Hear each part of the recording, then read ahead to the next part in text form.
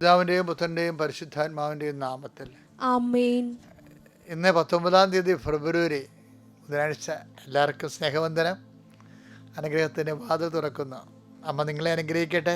ഏറ്റു പ്രാർത്ഥിക്കുക. അമ്മേ പരിശുദ്ധമ്മേ, അമ്മേ പരിശുദ്ധമേ, ദൈവമാതാവേ, അന്ന് അങ്ങ് കൃപാസനത്തിൽ പ്രത്യക്ഷപ്പെട്ട് വരാൻ പോകുന്ന മഹാദുരന്തത്തിൽ നിന്ന് രക്ഷപ്പെടാനും എല്ലാവർക്കും വേണ്ടി പ്രാർത്ഥിക്കുവാനും ആവശ്യപ്പെട്ടിട്ട് 20 വർഷം കഴിഞ്ഞ ഈ വേളയിൽ കൃപാസനത്തിലൂടെ ഞങ്ങൾക്കും ഈ ദേശത്തിനും അങ്ങ് മധ്യസ്ഥം തേടി തന്ന എല്ലാ അനുഗ്രഹങ്ങൾക്കും ഞങ്ങളിപ്പോൾ ഹൃദയം നിറഞ്ഞ നന്ദി പറയുന്നു. അമ്മേ പരിശുദ്ധമേ, ജപമാല മാതാവേ, സകല കൃപാസനം പ്രാർത്ഥനകളോടും ചേർത്ത് ഞങ്ങളിപ്പോൾ പ്രാർത്ഥിക്കുന്ന ഈ കുടുംബത്തിന്റെ പ്രത്യേക നിയോഗം.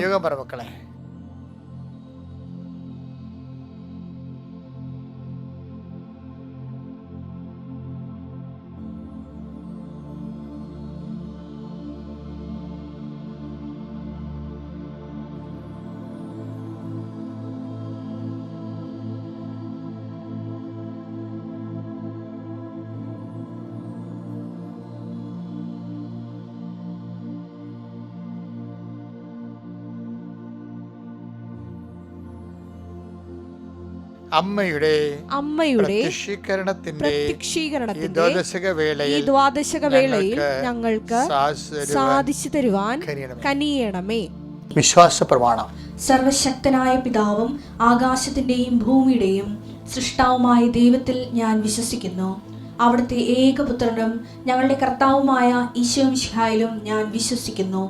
ഈ പുത്രൻ പരിശുദ്ധാത്മാവിനാൽ ഗർഭസ്ഥനായി കന്യകാമറിയത്തിൽ നിന്ന് പിറന്ന് പൊന്തിയോസ് പീലാത്തോസിന്റെ കാലത്ത് പീഡകൾ സഹിച്ച് കുരിശിൽ തറയ്ക്കപ്പെട്ട് മരിച്ച് അടക്കപ്പെട്ട് പാതാളങ്ങളിൽ ഇറങ്ങി മരിച്ചവരുടെ ഇടയിൽ നിന്ന് 3-ാം നാൾ ഉയർത്ത് സ്വർഗത്തിലേക്ക് എഴുന്നള്ളി സർവശക്തിയുള്ള പിതാവായ ദൈവത്തിന്റെ വലതുഭാഗത്തിരിക്കുന്നു. അവിടെ നിന്ന് ജീവിക്കുന്നവരെയും മരിച്ചവരെയും വിധിക്കുവാൻ വരുമെന്നും ഞാൻ വിശ്വസിക്കുന്നു. പരിശുദ്ധാത്മാവിലും ഞാൻ വിശ്വസിക്കുന്നു. വിശുദ്ധ കത്തോലിക്കാ സഭയിലും പുണ്യവാന്മാരുടെ ഐക്യത്തിലും പാപങ്ങളുടെ മോചനത്തിലും ശരീരത്തിന്റെ ഉയർപ്പിലും നിത്യമായ ജീവിതത്തിലും ഞാൻ വിശ്വസിക്കുന്നു. ആമേൻ. സ്വർഗ്ഗസ്ഥനായ ഞങ്ങളുടെ പിതാവേ, അങ്ങയുടെ നാമം പൂജിതമാകണമേ. അങ്ങയുടെ രാജ്യം വരണമേ. അങ്ങയുടെ തിരുമനസ് സ്വർഗത്തിലെ പോലെ ഭൂമിയിലും ആകണമേ.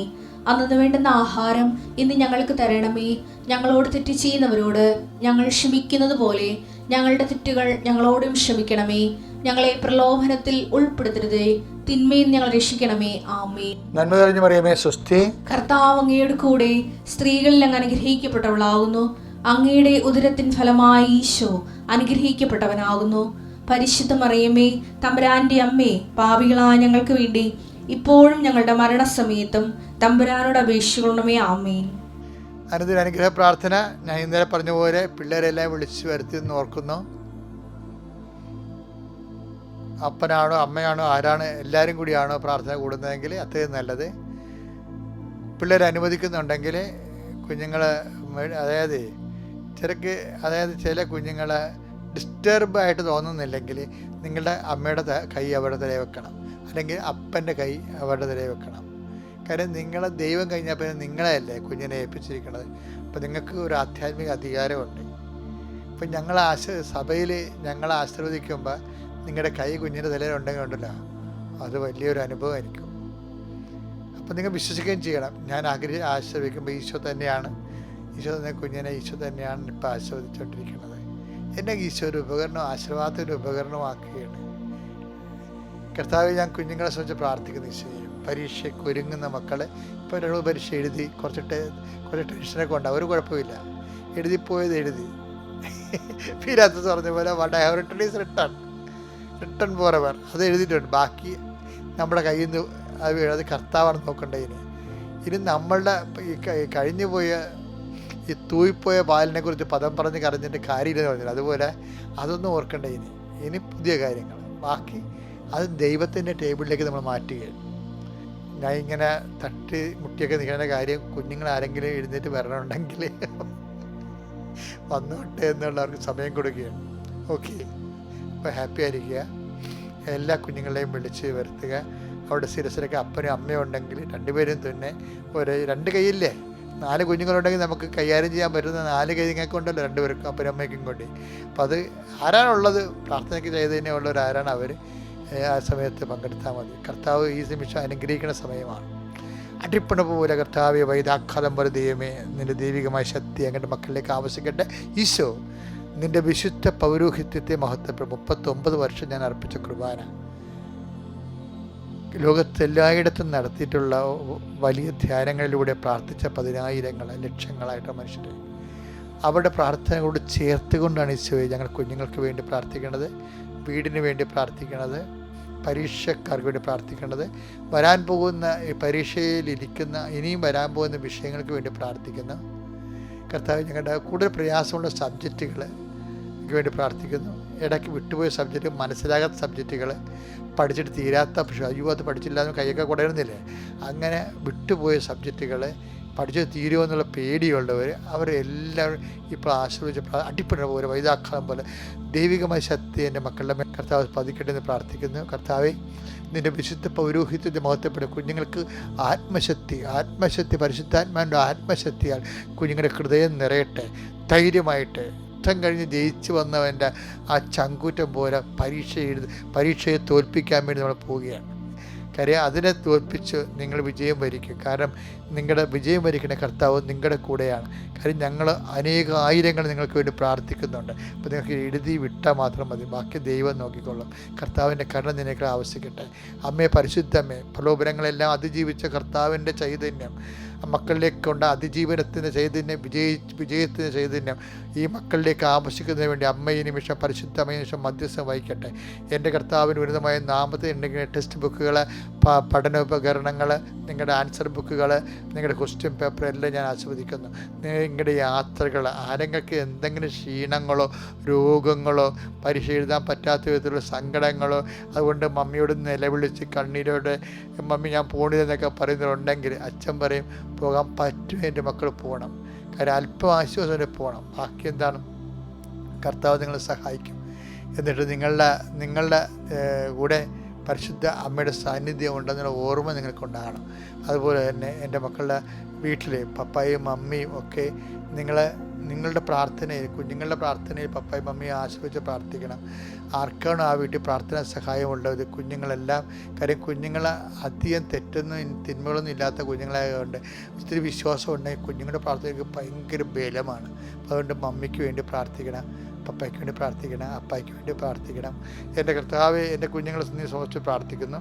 എൻ്റെ കർത്താവിൻ്റെ ഉന്നതമായ നാമത്തിൽ സഭയുടെ അധികാരത്തിൽ കർത്താവ് പൊറുതിമുട്ടിയിരിക്കുന്ന കുടുംബങ്ങൾ, പല പല വിഷയങ്ങൾ കൊണ്ട് മനോരോഗികൾ, ഡിപ്രഷനുള്ള രോഗികൾ, വയലൻ്റായിട്ടുള്ള പേഷ്യൻസുകൾ, അവരെ കൊണ്ട് പൊറുതിമുട്ടിയ മാതാപിതാക്കന്മാരെ നീ ഈ നിമിഷം സ്പർശിക്കണം.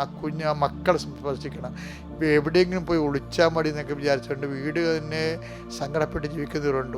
ഒരു പ്രാർത്ഥനയും ഏക്കാത്ത അത്രയും മുൾച്ചെടികളിൽ വീണ വിത്ത് പോലെ അനുഗ്രഹം കുടുങ്ങിക്കിടക്കുന്ന വീടുകളുണ്ട്. അവരെല്ലാം മാതാപിതാക്കന്മാരെ നീ ശക്തിപ്പെടുത്തണം കർത്താവേ. അവരെ നീ സാന്ത്വനപ്പെടുത്തണം കർത്താവേ. ഈശോ, അവരെ നീ ശക്തിപ്പെടുത്തണം കർത്താവേ. അവർക്ക് നീ ഒരു തുണ കൊടുക്കണം കർത്താവേ. അവർക്ക് വേറെ ആരും ഇല്ല, ആരും ആശ്വസിപ്പിക്കാൻ പറ്റത്തില്ല. ദൈവത്തിന് മാത്രമേ ആശ്വസിപ്പിക്കാൻ പറ്റത്തുള്ളൂ. മനുഷ്യന് എല്ലാം പരിധികളുണ്ട്. അത് നമ്മുടെ കൂടെയായിരിക്കും, എത്ര പേര് കൂടെയായിരുന്നാലും അതൊക്കെ ഒരു കൊട്ടായം കഴിയുമ്പോൾ നമുക്ക് എന്നിട്ട് പോകേണ്ടി വരും. അപ്പോൾ അതുകൊണ്ട് തന്നെ കർത്താവെ, നീ മാത്രമേ ഉള്ളൂ. സങ്കടക്കാർക്ക് നീ മാത്രമേ ഉള്ളൂ. നീ പ്രത്യേകം ഓർത്ത് ഈ പ്രാർത്ഥന കൊണ്ട് അവരെ അനുഗ്രഹിക്കണം. അവർ പോകുന്ന ഇടങ്ങളെ അനുഗ്രഹിക്കണം, അവരുടെ ആശയങ്ങളെ അനുഗ്രഹിക്കണം, അവരുടെ ചിന്തകളെ അനുഗ്രഹിക്കണം, അത് നടപ്പിൽ വരുത്തുന്ന രീതി അനുഗ്രഹിക്കണം. അവരുടെ അത് അന്ത്യനിമിഷം വരെ അവരറിഞ്ഞാലും അറിഞ്ഞില്ലെങ്കിലും അവരംഗീകരിച്ചാലും ഇല്ലെങ്കിലും എൻ്റെ പ്രാർത്ഥന, ഈ പ്രാർത്ഥനയുടെ ശക്തിയാൽ നിങ്ങളുടെ കുടുംബം അനുഗ്രഹിക്കപ്പെടുകയും ഇപ്പോഴുണ്ടാകുന്ന കടങ്ങൾ, ലക്ഷക്കണക്കിന് രൂപ ആവശ്യമുള്ളൊരു വ്യക്തിയാകാൻ നീ കർത്താവ്, നീ പലയിടത്ത് ചോദിച്ചിട്ടും പല കാര്യങ്ങൾ പറഞ്ഞ് നീ അവരെ നിനക്ക് കിട്ടാത്തൊരവസ്ഥയാണെങ്കിൽ ഈ ഒറ്റ പ്രാർത്ഥന കൊണ്ട് കർത്താവ് നിന്നെ സന്ധിക്കും. ഇന്ന് ഇത്ര 19 മണിക്കൂർ നീ കുടിച്ചു വെക്കുക. അതിനുശേഷം നീ ആ 19 മണിക്കൂറാകാൻ വേണ്ടി പ്രാർത്ഥിച്ച് വിശുദ്ധരെ കാത്തിരിക്കുക. കർത്താവ് നിന്നെ അനുഗ്രഹിക്കുക. ഞാൻ നിങ്ങൾക്ക് വേണ്ടി ഈ 19 മണിക്കൂർ ഞാൻ ഓർക്കുമ്പോൾ ഓർക്കുമോ?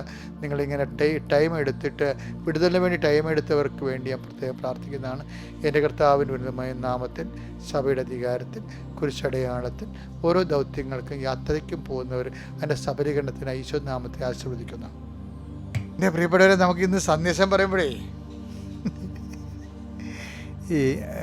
ഞാൻ പണ്ടേ എത്ര ക്ലാസ്സിലാണെന്നൊന്നും ഓർക്കുന്നില്ല, ഈ ആദേശ സിദ്ധാന്തം എന്ന് പറഞ്ഞ സംഭവം ഉണ്ടല്ലോ, അല്ല 3ാം ക്ലാസ്സിലൊക്കെ ആയിരിക്കും, സയൻസിൽ ആർക്കിമിഡീസാണ് അത് ചെയ്തത്. അയാളുടെ ചെമ്പിൽ കയറി വെള്ളം നിറച്ചിട്ട് ചെമ്പിൽ കയറി ഇരുന്നപ്പോൾ അങ്ങയുടെ ബോഡിയുടെ അത്രയും വെള്ളം പുറത്തേക്ക് പോയി. അപ്പോൾ അങ്ങ് യുറേക്ക ഇതൊക്കെ പറഞ്ഞ പുള്ളി കണ്ടുപിടിച്ചത്. എന്താ പുള്ളി കണ്ടുപിടിച്ചതെന്ന് അറിയാമോ? പുള്ളിയുടെ ആ പുറത്തേക്ക് പോയ വെള്ളത്തിന് വെയിറ്റിന് സമാനമാണ് പുള്ളിയുടെ ശരീരഭാരം എന്ന്. പക്ഷേ അതല്ല, അതിപ്പോൾ എല്ലാവർക്കും അറിയാവുന്ന കാര്യമാണ്. പക്ഷേ ആർക്കിമിഡീസ് പറഞ്ഞതായിട്ട് ഉള്ള ഒരു കാര്യം സെമിനാരി പഠിച്ചിട്ടുണ്ട്. നമ്മൾ ഗൂഗിളൊക്കെ സെർച്ച് ചെയ്താൽ കിട്ടും നിങ്ങൾ. ഇപ്പം എന്താ സംഭവം വെച്ചാൽ, അയാൾ പറഞ്ഞത് give me a firm spot to stand, I will move the earth. അതായത് നിങ്ങൾ എനിക്ക് ഭൂമിയിൽ ഉറച്ചു നിൽക്കാനുള്ള ഒരു സ്ഥലം താ, ഞാൻ ഈ ലോകത്തെ ചേഞ്ച് ചെയ്യാവുന്നു. ഈ ദിവസങ്ങളിൽ എൻ്റെ മനസ്സിൽ വന്ന ചിന്തയാണ്. കാര്യം ഉറച്ചു നിൽക്കാനുള്ള സ്ഥലം എന്ന് പറഞ്ഞാൽ എന്താ? വചനമാണത്. കഴിഞ്ഞ ദിവസങ്ങളിൽ നമ്മൾ കണ്ടില്ലേ, യോഹന്നാൻ 17:17 എന്താണ്? സത്യമായിട്ടുള്ള എന്താണ്? അങ്ങയുടെ വചനമാണല്ലോ സത്യം. അപ്പം യോഹന്നാൻ 17:17 നമുക്ക് റിലേ ചെയ്യാൻ പറ്റുന്ന, നമുക്ക് ആശ്രയിക്കാൻ പറ്റുന്നത് എന്താണ്? ഉറച്ചു നിൽക്കാൻ പറ്റുന്നത് സത്യമാണ്. ഹെരാക്ലിറ്റസ് പറഞ്ഞായിരുന്നേ, ഹെരാക്ലിറ്റസും അയാൾ ഗ്രീക്ക്, കർത്താവിന് മുമ്പ് എനിക്ക് പോണത് ഒരു 500 കൊല്ലം പോകാൻ പറ്റിയാണ് ജനിച്ച ആളാണ് ഹെരാക്ലിറ്റസ്. അപ്പോൾ അദ്ദേഹം പറഞ്ഞത്, you cannot step into a same river twice. നിങ്ങൾക്ക് ഒരു പുഴയിൽ എനിക്ക് 2 പ്രാവശ്യം കാലെടുത്ത് വെക്കാൻ പറ്റത്തില്ല. എന്താ കാര്യം? It will move. ആദ്യം കാലെടുത്ത് വെച്ച പുഴ ഒഴുകിപ്പോയെന്ന്, പിന്നെ നീ കാലെടുത്ത് വെക്കുമ്പോൾ അത് പുതിയ പുഴയാണ്. അയാൾ പറഞ്ഞ എല്ലാം ഇളക്കമാണ്. ഇളക്കം എന്ന് പറഞ്ഞത് തിളക്കം, അങ്ങനെയൊക്കെയുള്ളൊരു പ്രത്യേക പൊസിഷനാണ്. എല്ലാം ഇങ്ങനെ മാറിക്കൊണ്ടേയിരിക്കും. അപ്പം മാറ്റമില്ലാത്തത് എന്താണ്? ലുക്ക 21:33 ആകാശവും ഭൂമിയും കടന്നു പോകും. മാറ്റമുണ്ട് ഇതിനെല്ലാം. അത് തന്നെ ഹെറാക്ലിറ്റസ് പറഞ്ഞത് ശരിയാണ്. മാറ്റമുണ്ട്, ആകാശത്തിന് മാറ്റമുണ്ട്. ആകാശം എന്ന് പറയുന്നത് എന്താണ്?